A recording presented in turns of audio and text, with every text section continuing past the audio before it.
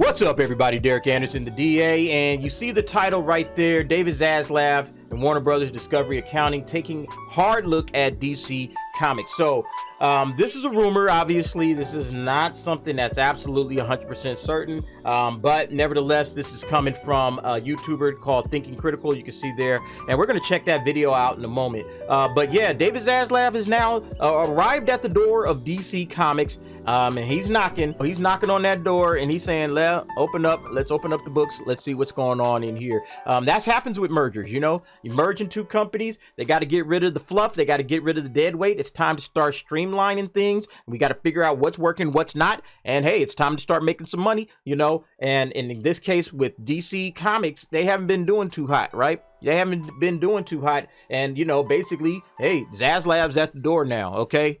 All of the nonsense that you could have fixed some things, you could have made some different decisions, but you decided not to. You decided to go forward with all of the, you know, progressive ideology, the social commentary, the political stuff. You decided to go ahead and go through that. Your sales were tanking, but you didn't change direction. You didn't change course. You kept going and doing what you were doing. Well, now the bill comes due. Yeah, you only get away with this stuff for so long. The bill comes due. It's time to pay up, right? And I think these guys are going to be paying with their jobs. And let's go ahead and take a look at that particular video that this article references by Thinking Critical. Yeah, and Thinking Critical, he has a YouTube channel where he talks a lot about comic books, and I suggest you guys, check that out if you are a comic book fan. You know, go ahead and check his channel out, maybe even subscribe. But yeah, let's let him speak and say what's going on and what his sources have told him.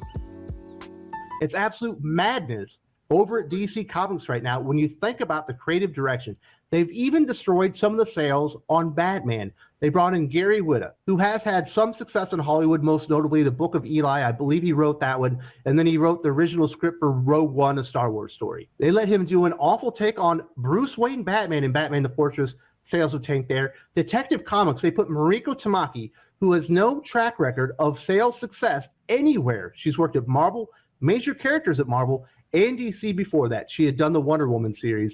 Everything tanked when she went on it. They put her on Detective Comics, the #2 Batman comic book. Initially, sales actually didn't dip. There was some quality there, but by the time they got to a 12-week straight Batman event series, Shadows of the Bat, the sales absolutely bottomed out and didn't recover. So you hear him saying, like, basically they had a writer on this, on Detective Comics, you know, that absolutely was not fit for the job, right? Why did this person get hired? Your guess is as good as mine. But yeah, that's the stuff that they're going to have to explain now. They're going to have to actually say, hey, come here. Who is this person? Oh, wait, let's look at this person's track record. Oh, wait. Help me understand. Make it make sense. What the hell happened here? Okay? What the hell happened here? All right? There's no excuses for this stuff. All right? You have a job to do. We got money to make. What's going on here? You know, everybody's getting called to the carpet. And you know what? For one, I'm happy to see it. Until she left the title. At least they made a good decision there, bringing in Ram V to replace Mariko Tamaki. But making the decision in the first place was an absolute mistake and something Jim Lee and Marie Javins are going to have to answer for regarding their management of DC Comics and the across-the-board failures that they've had. My source tells me the next day, the Discovery Accounting Office started asking questions. Who have these management reports been sent to? Why are loser titles and characters being kept on in print and extended? How can we double check who authorized all these decisions? Do you know of any common sense reasons for purposefully losing money on DC floppies and so on? And yeah, those are straight up management questions, okay?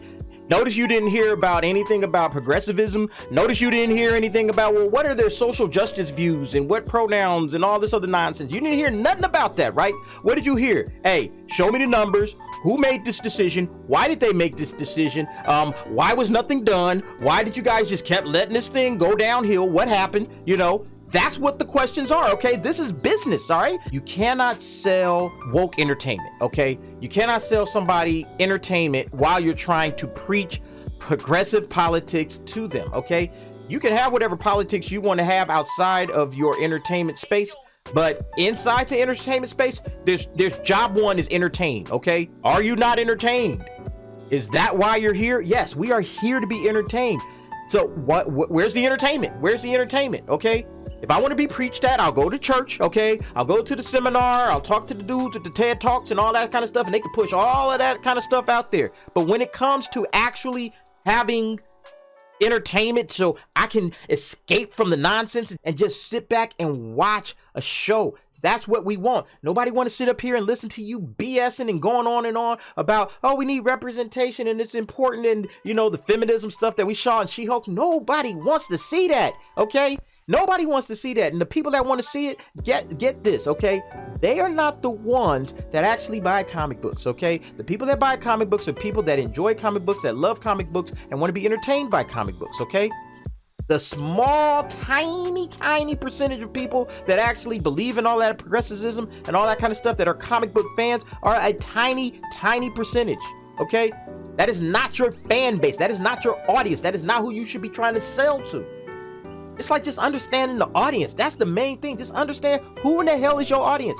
Why is this stuff so difficult to figure out? Are the tough questions that are likely to be the final nail in the coffin of Jim Lee's DC Comics career, at least as an executive. I'm sure they'll hire him to do some variant covers, maybe to come in and illustrate a comic book here or there if he wants to. I think he's got fuck you money at this point. But they want to know who made these decisions. When these things were failing, who decided to keep them failing and continue on in the current direction?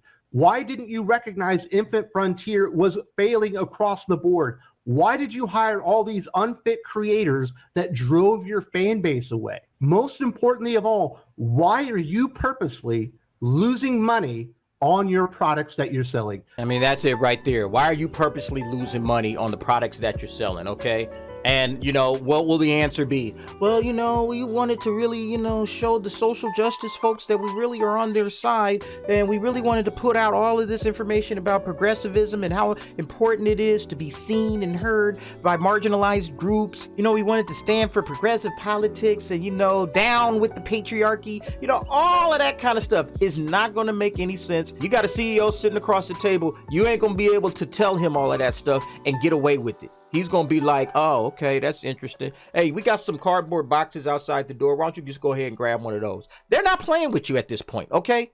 The man has got to get $3 billion off the books. They got to figure it out. So, yeah, DC Comics, I don't know what's going to happen with DC Comics. Now, Ethan Van Sciver has also weighed in on this. And he was responding to this particular tweet where it said, Ethan Van Sciver is a dummy for acting like the problem with DC Marvel Comics is wokeness and not the absolute dog shit model of how sales count, how digital sales don't count, and trades do, but not really.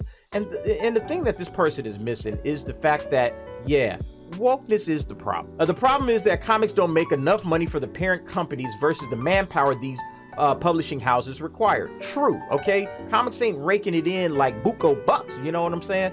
You know, it's not a movie or a television show or anything like that. You know, it's like these small books, right? So how do you make money off of this stuff? You got to get sales. You got to sell them to people, right?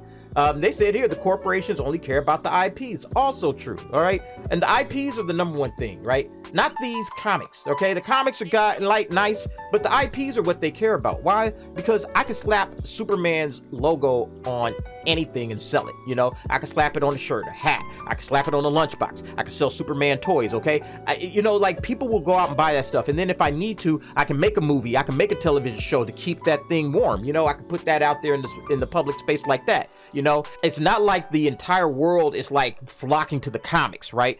They have other mediums that they could sell Superman through. They don't really necessarily need the comics. That's why he came in here and said, at first, comics compensated for this by claiming to be necessary as cheap creative research and development. So, you know, the comic guys had to say, yeah, you know, well, we're kind of necessary because you can, you know, create new stories with comics. You know, this is a cheap, easy way to create new stories. You know, you don't have to go out there and spend millions of dollars on a pilot, hiring actors and directors and script writers and everything like that. We can do all of this ourselves just right here in the little comic space. It's like, oh, okay, you know, and that kind of makes sense, right? You know, a lot of great, you know, even with animation, you know, animation costs a lot of money. You know, animation is not cheap. Okay, so we got this comic company. It's, you know, it's pretty cheap. You know, we got all of these writers and artists and everything. You know, we could put these guys to task. Hey, come up with a new Superman storyline. Come up with a new Batman storyline. Come up with a new Wonder Woman storyline, or give us all kinds of other great characters and start building those characters up. Get good writers in there, and let's see where this thing goes. Some of it may work, some of it may not work, but nevertheless, it's definitely cheaper than trying to push any new ideas through animation or television or film. But it soon became clear that Hollywood could build off of what's already been created and generate better Batman stories than DC comic creators could. I don't know necessarily say it would be the better Batman story, but in their heads it's a better Batman story, right? But yeah, they figured it's like, okay, all we need is the IP. We just need Batman, all right? And then we could continue to make great Batman stuff. We don't even need this. As a matter of fact, let's go dig through the archives and bring up all the great Batman stories that have ever existed. And we can, you know, hey, let's redo Dark Knight Returns. Let's do that. Let's put that into a cartoon. They did that. Let's do The Long Halloween. Let's redo that into a cartoon. They did that. And let's just keep cranking those out. Superman Red Sun. Let's put that out there as an animated show too. And then maybe one day that becomes a movie. You know, who knows? But you can tell this, like, okay, they are looking at it from a bottom line standpoint. Hey, we could put a lot of money into these comics, but if we're not going to actually see any real return on that investment, let's just go ahead and focus on the IPs. But the artist had convinced them to stick around, and then it says Marvel and DC pivoted to become woke propaganda for their parent companies for tax purposes and ESG, that's environmental and social governance. So basically they said, yeah, let's just use these joints to kind of virtue signal to the world how great and wonderful we are, and we can pat ourselves on the back because, you know, you need diversity, you need equity, you need inclusion. We'll use the comic books for that purpose, and we'll just spread all of that nonsense all throughout. Sales tanked hard. That's the thing. Hey, the people that were loyal to you, the people that built these properties up, the people that turned Batman, into the giant creation that Batman is, you guys turned your backs on them. So now sales tank. It turns out people don't want to read comics if they're poisoned with social justice. Yeah, no kidding. And it's not so much that people don't want to read it, it's the audience that was actually building comics doesn't want to read this stuff. The people that actually are your audience, okay? You got to pay attention to your audience. You got to tell all them other idiots to go away. I need the people that buy comic books to talk to me. What do you guys want? Oh, you guys want this? You guys want that? Okay, done. Let's get it in here, okay? Instead of listening to people that don't actually are not your customer base, and they're just virtue signaling on social media because it pisses you off. And remember, we already saw that in the previous video with the dude that just wanted to piss off white people, say, yeah, I hope they cast Giancarlo Esposito as Professor X. That would piss white people off, or whatever the hell he said. You know, you're just pandering to a bunch of morons and racists and SJWs and progressive folks that just don't really care about your stuff. They don't care about DC Comics. They care about how people that love DC Comics react when negative things are happening within the fandom that they love. You know, now it's only a matter of time for DC Comics. Basically, he's saying, yeah, the writing's on the wall, folks. Writing's on the wall. Marvel Comics is healthier, but Disney doesn't need them either. So when DC Comics closes, yeah, they'll be done. You know, they'll go quickly after that. So this is coming from a couple of folks that are insiders that know a little bit more about what's going down within the halls of DC and Warner Brothers. Maybe, you know, maybe the Rippaverse will actually create the response that's needed, because this quote, for every action, there's an equal and opposite reaction. That's kind of like what we're talking about, right? Get woke. What's the opposite reaction?